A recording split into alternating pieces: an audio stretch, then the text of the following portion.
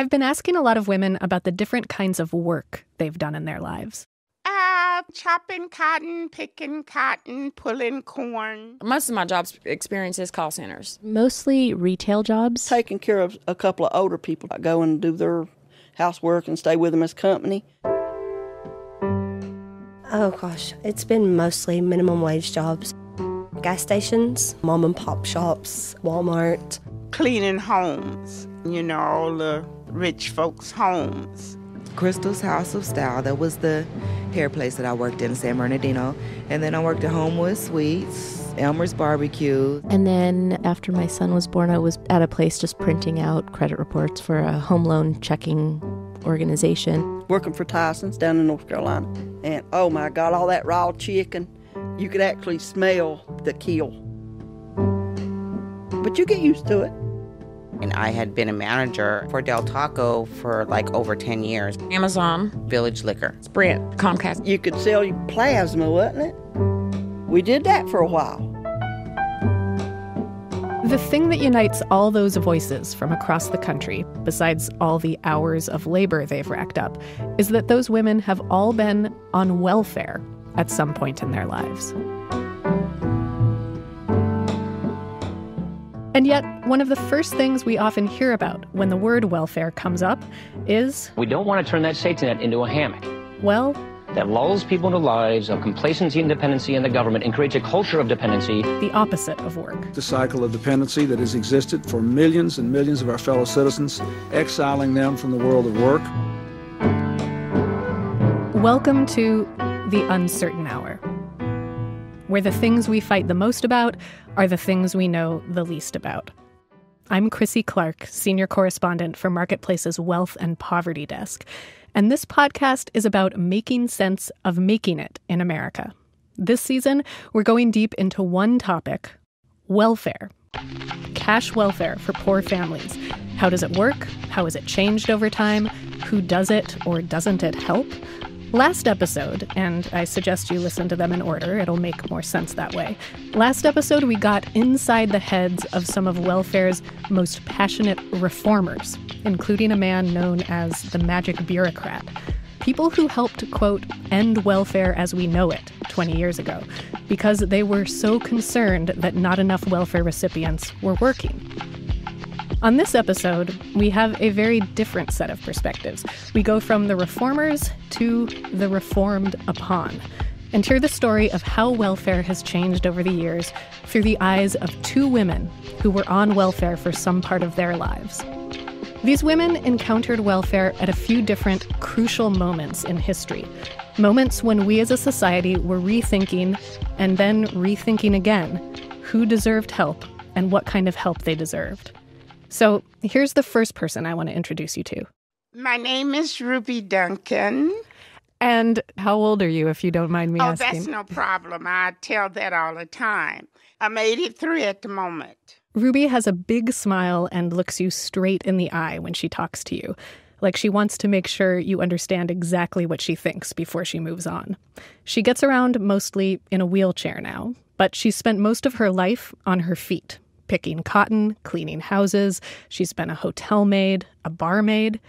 Back in the late 60s, she worked at the Sahara Casino in Las Vegas, in one of the kitchens there, prepping food for thousands of people a day. 1,200 salads made in a hurry, 160 gallons of coffee. So I was pretty swift. I did a great job.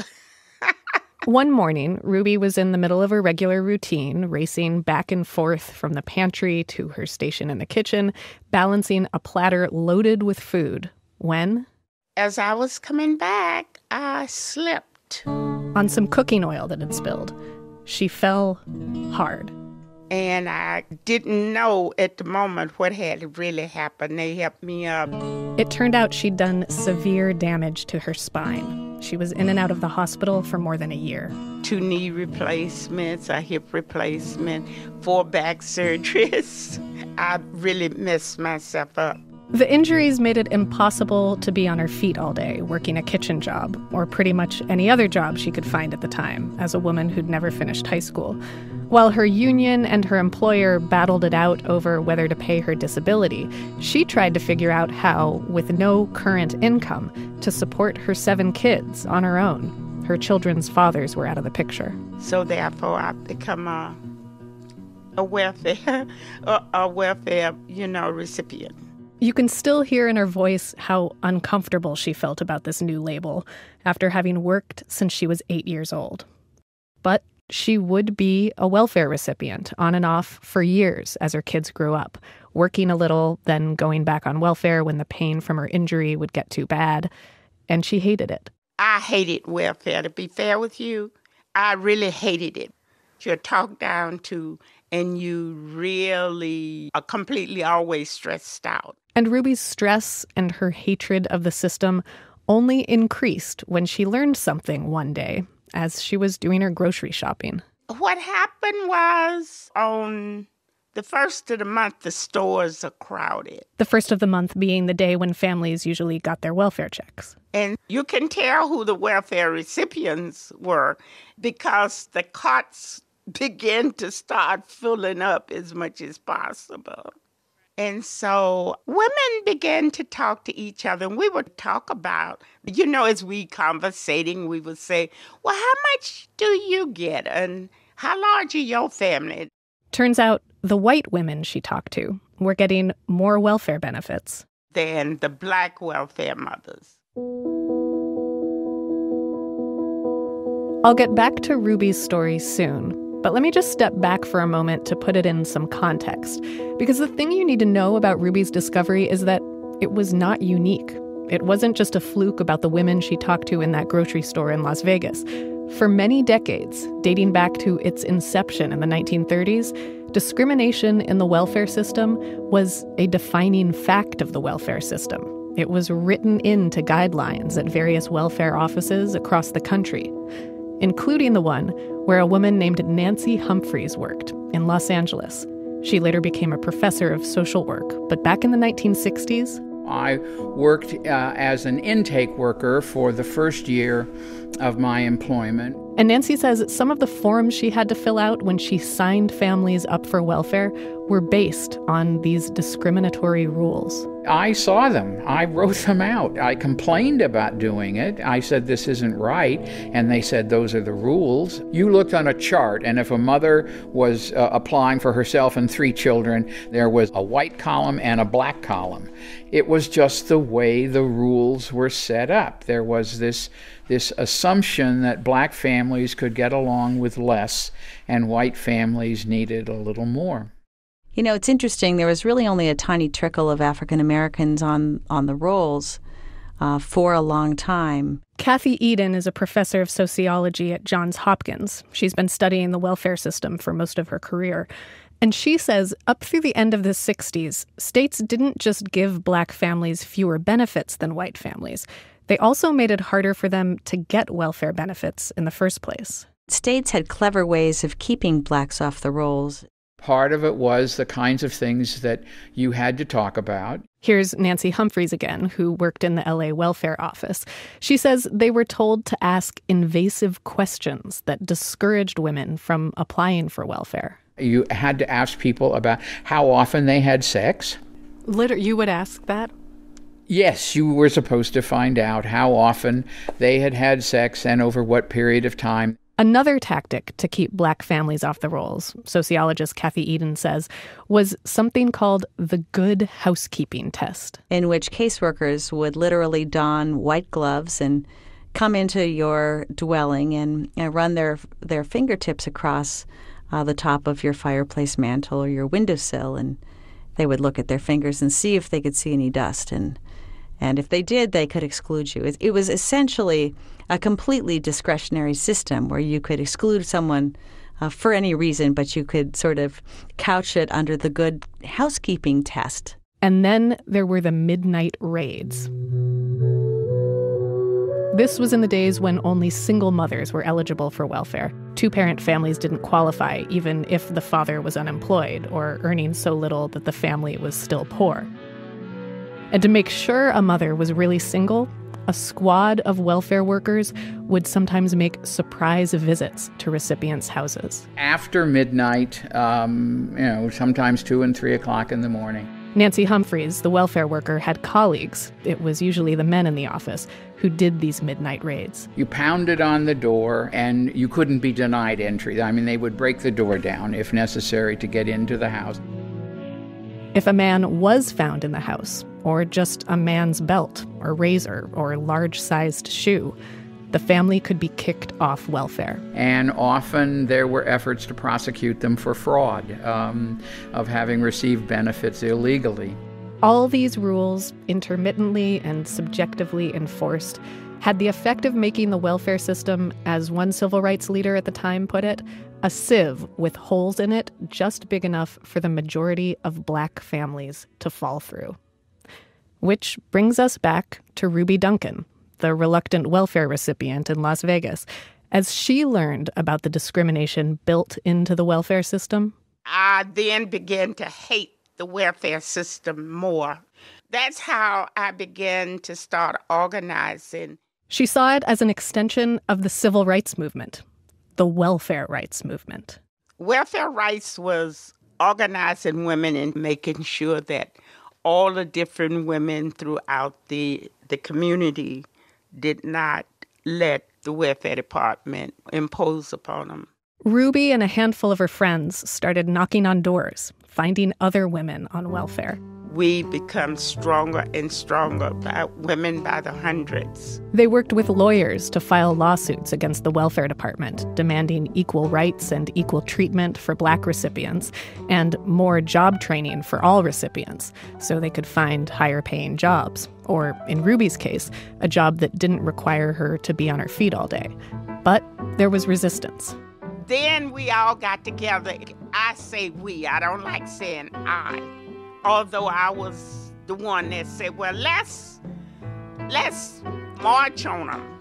And they stormed the welfare department. Stay here and let this man know that you don't like what happened. At the same time, similar welfare rights efforts in the street and in the courts were happening all over the country.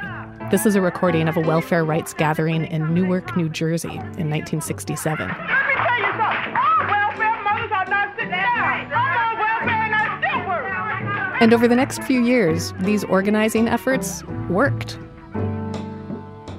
The white glove tests, the midnight raids, the man in the house rules were all thrown out or deemed unconstitutional. And in that time, something interesting happens.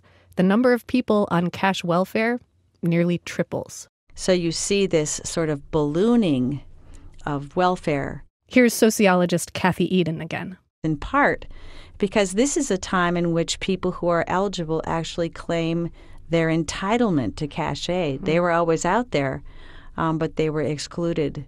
I've been thinking about that word Kathy Eden just said, entitlement, a lot lately. Their entitlement to cash aid. It's such an interesting and slippery word in the history of welfare. Today, the word entitlement has become synonymous with a sense of unearned privilege or selfishness. But entitlement also has this older, drier legal definition, a government program with benefits that aren't subject to budgetary discretion, that are entitled, written into law, and therefore a government benefit that people who are eligible under that law have a claim to. In the late 60s and 70s, welfare rights activists like Ruby Duncan fought to gain access to that entitlement as a civil right, and the welfare rolls grew. And as they grew and had a much more diverse set of recipients, the whole welfare system got a lot more scrutiny. We don't want to turn that safety net into a hammock. We've taught people that you get paid off if you are helpless. Today we are ending welfare as we know it. But I hope this day will be remembered not for what it ended, but for what it began.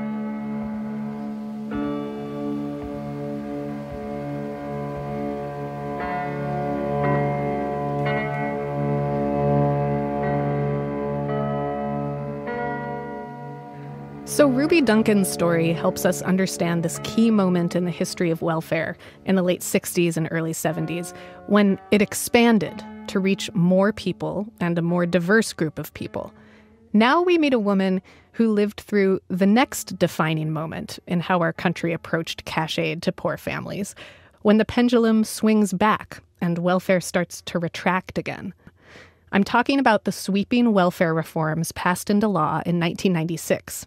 And in many ways, these reforms were a result of that early expansion of welfare, which ultimately made the program more costly and less popular to taxpayers. It started to get lots of scrutiny that culminated in a set of reforms defined by the slogan, welfare to work. It got a lot of headlines back in the mid-90s. From Los Angeles, this is Marketplace. Including here at Marketplace, the radio show that I work for. President Clinton today praised welfare reform efforts already underway in various states and said there's evidence the strong economy is helping to move people off public assistance and into jobs. In 1997, the year after welfare reform passed, Marketplace did a series where we followed a woman as she transitioned from the old kind of welfare, where if you met certain income requirements, you were automatically entitled to assistance, to this new kind of welfare, a program of time limits and work requirements.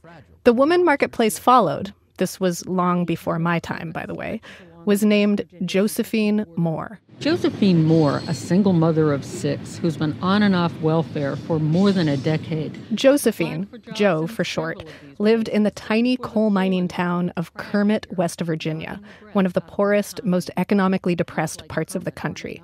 Back then, businesses were shutting down right and left. Here's Jo giving a tour of Kermit in 1997. This used to be an IGA and a Piggly Wiggly's Groceries, but it went out of business. This used to be a shoe store.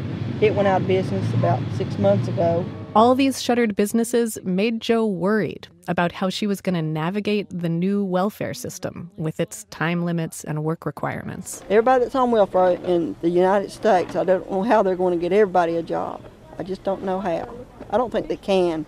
You can't just cut it off and say sink or swim, because we're talking about people. So 20 years later, we wanted to know, did Jo sink or did she swim? Hello. Hi, is this Jo's house? Hi. Hello. And so to find out, we tracked Jo down, actually up a very steep, muddy driveway, that's why I'm panting, to a trailer surrounded by an enormous pile of aluminum cans. We wanted to check back in with her. Come on in, don't take your boots off. So nice to meet you. You too, honey. Today, Jo's living in that same West Virginia town, Kermit. That Piggly Wiggly and that shoe store that went out of business 20 years ago, since then, nothing ever took their place. In fact, the buildings they were in? They've been demolished. So it's just gone. It's not even an empty building. It's just gone. It's gone. Yeah, they just tore it down because people was vandalizing it. And stuff and like still that. More stores have closed. The hardware store, the clothing store, 5 local coal mines. Well, one good thing that's closed, all the bars is finally out of Kermit. Today, Jo's 59. She's got steel gray hair in a buzz cut, wire frame glasses. She lives on a piece of mountain her family has owned for generations. Her 2-bedroom trailer is decorated with trinkets of ships and wizards, and there are lots of mattresses stashed here and there. I've got 5, because you never know when somebody's going to show up. I don't care if I have to stack you up like cordwood. If you need me, I'm here. When I visited this winter, Jo's oldest daughter, Estella, was living there. And her son, Johnny, her daughter, Carolina, and a bunch of her grandkids had come to visit for a while. That's my granddaughter, Tiffany. Wave. And then that's little Latham. And that's my Amber. My kids has always been real good about showing up and bringing me cakes and cookies that I ain't supposed to have. Jo's family is incredibly close. Her ex-husband went to jail when the kids were young, so Jo is both matriarch and patriarch. In fact, her kids don't really call her mom. They call her Jim Bob. I had a breakdown, and Jim Bob took care of me during this breakdown. And what? Which led to a little confusion when I first met them. Wait, are you calling your mom Jim Bob? My mom is Jim Bob. Oh, I never even... Well, you just get confused about it. I was like, wait, who's Jim Bob? That's her dad name for us, because she's been our dad and our mom. The story goes when one of Jo's kids was young. I guess somebody may have asked him what his daddy's name was, and he just said Jim Bob. And then when all of them started calling me Jim Bob, and that's been my nickname. After Jo Jim Bob and her kids explained to me their complicated family tree, we started getting into the question I'd come to ask. How had her family fared after welfare reform? Did they sink or did they swim? The short answer, if you looked at Joe's life like a welfare policy researcher might, as a set of data points, moments on welfare and moments off, it'd look like this. Before welfare reform, she had lots of moments on welfare. When her husband lost his job at the coal mine, he had a drinking problem, and she was raising small kids. I had to go on welfare because I had to feed Johnny and Estella. When her husband went to prison and she couldn't find enough work cleaning houses. I had a few jobs here and there, and then I got back on welfare. But then, soon after the welfare reforms of 1996, once all the work requirements and personal responsibility contracts and time limits set in. After that, I wasn't on it. I never went back to welfare. And that has indeed been one of the big findings of poverty researchers and policymakers. Since welfare reform, the welfare rolls have dropped by a lot. And a lot of single mothers, including Joe, found jobs. David Elwood, one of President Clinton's advisors during welfare reform, said these results exceeded even his expectations. People started working more, huge increase in the number of lone parents working. Wow, that's really amazing. The program really is working. Many mothers left welfare. That's Ron Haskins, a congressional staffer on the Republican side during welfare reform. He says in the years right after the bill was passed, this was the bipartisan conclusion. Studies followed single moms in the wake of welfare reform and found that, roughly speaking, about 60% of the mothers who left welfare got jobs, and they appeared to be better off. But in the time I spent with Joe and her family at her home in West Virginia, they explained to me it's a little more complicated than that. First off, Joe had worked on and off before welfare reform. Between raising her kids and going to school, she has an associate's degree in secretarial science, she'd do odd jobs, clean houses, take care of elderly people. Sometimes I'd have enough work where I didn't need the welfare. And if I didn't need it, I didn't want it because that's just for when you need it. But after welfare reform, even if there were no jobs you could get, you still had to be involved in some sort of work activity for 20 hours a week to qualify for cash assistance. They would give us a list of places we could go. It's just one more thing we had to do. She volunteered as a janitor at a local school, helping fold clothes at a Christian charity. This was all a little frustrating to Joe because it meant she didn't have much time to look for work that actually paid. If the daytime hours is stuck up with you doing the volunteer stuff, when are you going to go find jobs out? About a year after welfare reform kicked in, Joe did get a full-time paying job. Not through any government-sponsored welfare to work program, but because her sister got sick, cancer. Joe moved her family down to North Carolina, where her sister lived, to take care of her for a while. The economy was doing much better in North Carolina, and so she found a job at a Tyson chicken factory, cleaning a chicken wings assembly line. She loved it. I was on maintenance. I cleaned the lines, helped make the chemicals. Joe's daughter, Carolina, had just graduated high school, and she got a job at the chicken factory, too. And Joe's son, Ransom, got a job there, too. It was hard work that could be dangerous. Carolina lost a thumb on the assembly line in an accident. But Carolina told me just that feeling of supporting herself on a paycheck, not a welfare check, it was worth the thumb. It was worth it because you was working and you was earning your money, and it felt good to getting that paycheck and being able to cash it and going out and spending your money and knowing you had it. Doing that a lot, that's true. You had it and it was yours. It felt good. And this was all part of the idea behind welfare reform. To use, in the language of public policy, carrots and sticks to get welfare recipients into jobs. The carrots of earning your own paycheck and the satisfaction in that, and the sticks of time limits and work requirements. And I wondered if this had made a difference for Joe and her family. When welfare changed, when welfare reform changed, do you think it pushed you to get a job sooner than you would have if it had been the same where you didn't need to be working? No, I don't think so, because I had always been looking for work and trying to get out of it, to be honest. To Jo's mind, it wasn't about the work requirements or the work ethics that welfare reform was designed to encourage. She says she already wanted to work. As she sees it, there were 3 main reasons why she never got back on welfare after welfare reform, and they didn't have much to do with welfare reform itself. First, she moved to North Carolina, where the economy was better and jobs were easier to find. And that gave her family enough money that, for the first time, they could afford a car, which is reason number 2 Jo thinks she stayed off welfare.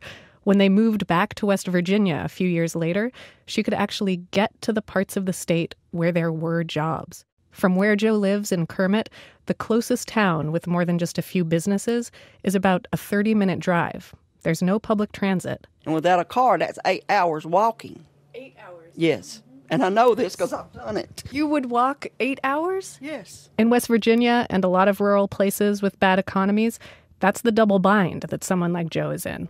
You need a car to get a job. Because one of the first things they ask is, do you have reliable transportation? And you have to say, no.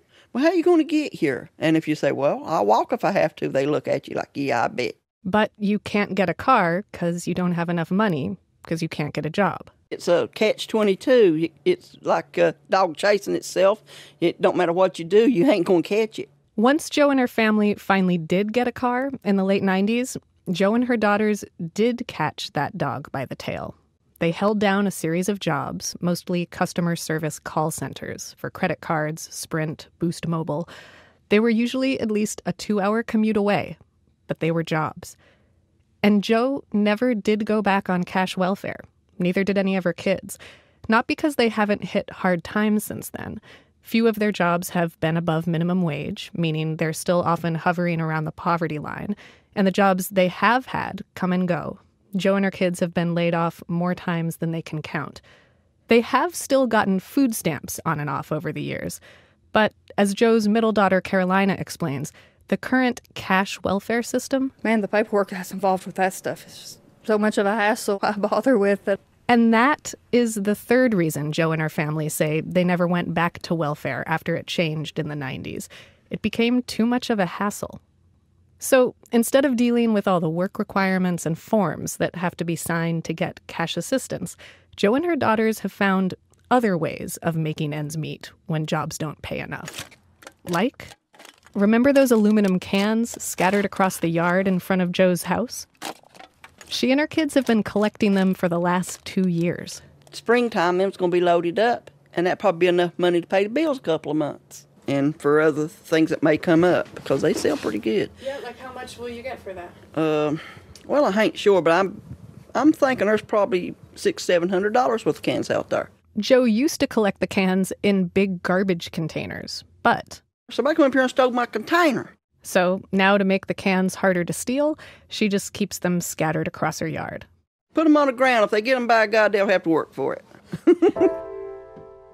Yeah, I don't like it. It looks awful. I know it looks horrible, but I ain't gonna do all the work and let somebody just go in here and pack it off. So collecting cans, that's one kind of homemade safety net that's taken the place of cash welfare. There's another that's even more lucrative. They stick a needle in your arm, which I have a scar like right here from where they used to do it. Estella, Jo's oldest daughter, rolls up her sleeve to show me an indentation on her inner arm, right along her elbow crease. It's the mark of one of her cash-making strategies over the years, selling her blood plasma. And it's not just Estella that does it. Her mom, Jo, rolls up her sleeve, too. She's got a scar from doing it. Right there. I don't think you see it. And her sister, Carolina. Did you do it too? Yeah. Yeah, there's a scar right there. Estella first heard about selling plasma from one of her customers when she was working as a waitress, making minimum wage, which was just too much to qualify for cash assistance, but not enough to really get by. She says the procedure's pretty simple. You would sit there with your arm like this, and they would pump your blood out, and it would separate the blood from the plasma, and the plasma would go into this bottle, and then they'd pump your blood back into you, and it would take about an hour and a half. And then they would give you 20 for your first visit for the week and then 30 for your second visit for the week, and then you could do it weekly. That's more than $16 an hour for selling your plasma, more than twice what Estella was making at her waitressing job, and way less paperwork than welfare. How we was working, we just needed the extra money for gas or box of diapers. I used to do it twice a week. And in fact, in the 20 years since welfare reform, as the number of poor families receiving cash assistance has dropped, the U.S. has become known as the OPEC of plasma. The rates of people selling their plasma has gone up by more than 50% in the last decade. So that's the more complete answer to how Jo and her family are doing in a world after welfare reform. As for that question that Jo asked herself in 1997, would her family and families like hers sink or swim? Well, in Jo's case at least, they've kind of just been treading water. Yeah, I'm poor. Always been poor. Poor just trying to make it. And that's not what the great hope of welfare reform was.